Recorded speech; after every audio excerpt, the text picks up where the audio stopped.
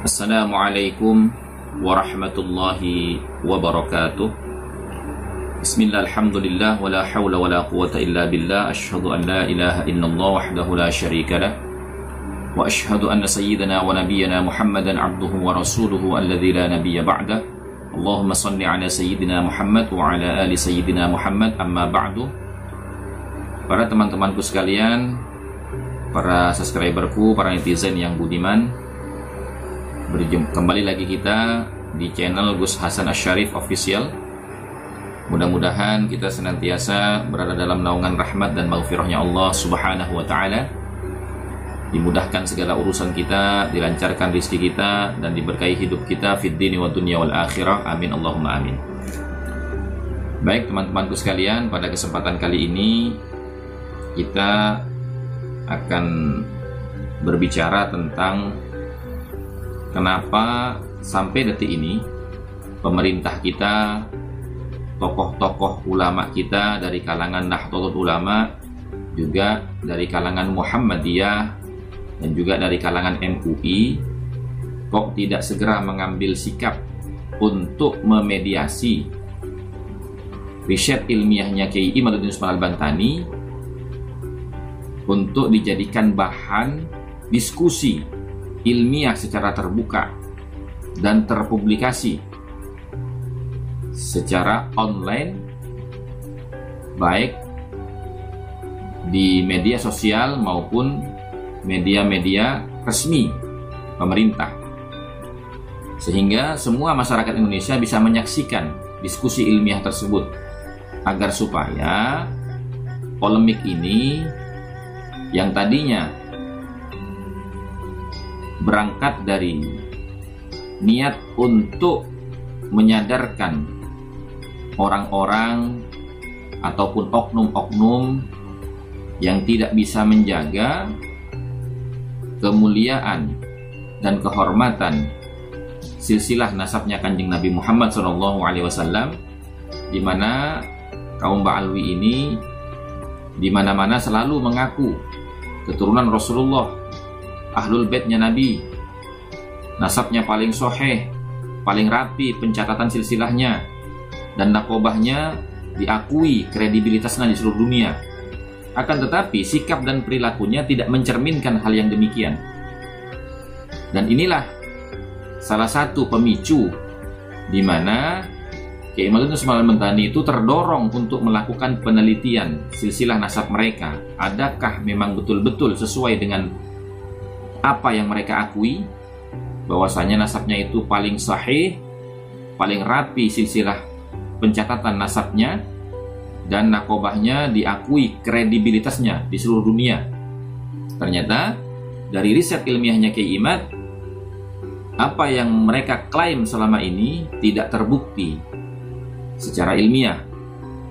Nah, maka ini kami rasa penting dan sangat perlu, mengingat dari kalangan kaum Ba'alwi ini banyak yang memelintir sejarah, mulai dari sejarah perjuangan para pahlawan kemerdekaan Republik Indonesia sampai proses proklamasi dibacakan oleh Pak Karno, kemudian bendera Indonesia, kemudian sejarah berdirinya Muhammadiyah dan Nahdlatul Ulama. Bahkan banyak di antara mereka ini yang mengkerdilkan para ulama hanya karena berbeda pandangan. Kemudian mereka mengatakan ulama palsu, ulama su, yang tidak baca kitab, tidak mau menjelaskan kepada masyarakat tentang kemuliaan dan keutamaan Ahlul Baitnya Nabi. Padahal maksud mereka itu ulama yang tidak mau menceritakan keutamaan dan fadilah daripada Ahlul Baitnya Nabi itu bukan tertuju kepada Ahlul Bait yang sesungguhnya, tapi tujuannya adalah mempromosikan kemuliaan dan keutamaan kaum Ba'alwi. Karena selama ini kaum Ba'alwi itu di Indonesia khususnya merasa cucunya Nabi satu-satunya. Padahal di Indonesia ini yang betul-betul dzurriyyahnya Nabi Muhammad SAW itu banyak, ya. Dan itu bisa dibuktikan secara ilmiah, baik itu di bidang ilmu nasab maupun di bidang ilmu biologi seperti tes DNA. Sementara kelompok Ba'alwi ini tidak ada yang bisa membuktikan keabsahan silsilah nasabnya, baik menurut kaedah-kaedah ilmu nasab maupun kaedah-kaedah ilmu biologi seperti tes DNA. Sehingga terjadilah polemik seperti ini, ya, saling mencaci satu sama lain. Padahal keinginan kita bukan saling mencaci, tapi saling memberikan argumentasi ilmiah, gitu loh. Kalau memang Kiai Imad itu salah, ya dibantah dengan kaedah-kaedah ilmu nasab juga. Di mana letak kesalahannya, di mana letak kekurangannya, di mana ketidaksempurnaannya. Bukan dengan caci maki, bukan dengan memfitnah, bukan dengan tuduhan mengadu domba. Yang sangat disayangkan lagi, ya, ada dari kalangan oknum tokoh gawagis Nahdlatul Ulama mengaminkan tuduhan-tuduhan dari kelompok Ba'alwi dan pengikutnya. Walaupun kalimatnya tidak secara langsung, tapi makna dari kalimatnya itu mengandung hal yang seperti itu. Seperti contoh misalkan, ada yang mengatakan bahwasanya kalau penelitian Kiai Imad ini benar, oke, tapi kalau salah bagaimana? Seumpamanya nanti kita di akhirat berjumpa dengan Nabi, terus Nabi akan menegur kita. Kamu ya orang-orang yang tidak percaya terhadap anak cucu saya. Loh, ini kan analogi yang salah. Ini berandai-andai itu nggak ada pondasinya. Padahal penelitian riset ilmiahnya Kiai Imad itu kan ranahnya ijtihadi. Andai kata salah, ya tetap dapat 1 pahala. Andai kata benar, dapat 2 pahala. Sebagaimana hadisnya Nabi, "Idza hakamal hakim falyajtahidah, fa asaba falahu ajrani." Kalau seorang ahli itu melakukan penelitian, kemudian dia mendapatkan kebenaran dari hasil penelitiannya, maka dia mendapatkan 2 pahala. Wa idza hakamal hakim fa akhta'a falahu ajrun wahidun. Kalau seorang ahli itu melakukan penelitian, ternyata penelitiannya itu salah, maka tidak mendatangkan dosa, tetap dapat 1 pahala. Nah, ini kan ranahnya keilmuan, gitu loh, ranahnya diskusi, debat ilmiah, ya kan? Apalagi di dalam Al-Quran itu Allah Subhanahu wa Ta'ala mengajarkan kita selaku umat Islam beriman dan bertakwa, umatnya Kanjeng Nabi Muhammad, untuk apa? Berdebat dengan cara yang terbaik. Ya, potongan ayatnya wajadilhum billati hiya ahsan. Nah, selama ini kami tidak pernah menghina, mengkerdilkan, mencaci maki, enggak. Tapi kami membantah mereka sesuai dengan kaidah ilmiah, gitu loh.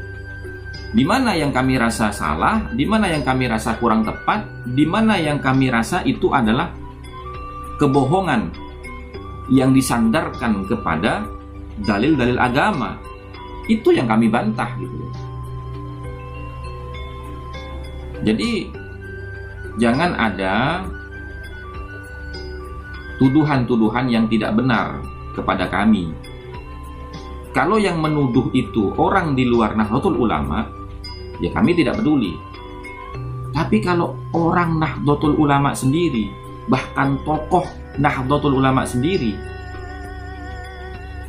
yang menyatakan hal-hal seperti itu, seakan-akan memojokkan Kiai Imad, Gus Fuad, Gus Arya, Kiai Nur Ikhya, dan teman-teman YouTuber yang lainnya yang mengangkat ini dengan harapan didengar oleh pemerintah, didengar oleh Kementerian Agama, didengar oleh tokoh-tokoh Nahdlatul Ulama di atas sana, supaya segera diadakan pertemuan dalam rangka mengadakan diskusi ilmiah secara terbuka.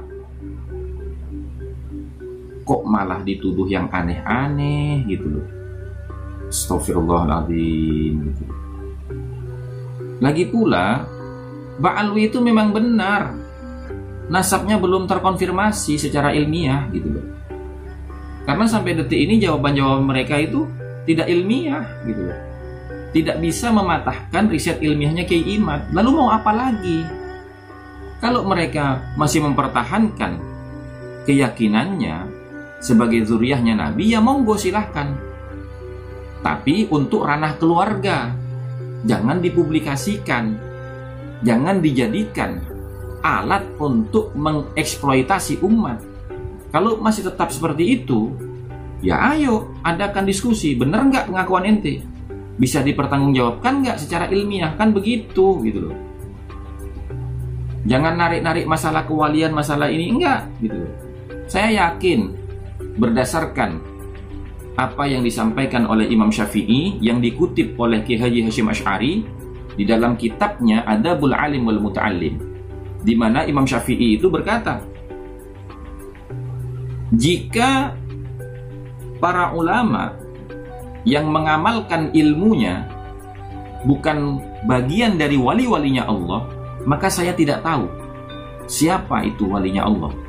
Nah, mafhum dari kalimat ini kan, wali-walinya Allah itu pastilah dari kalangan para alim ulama dan para fuqaha.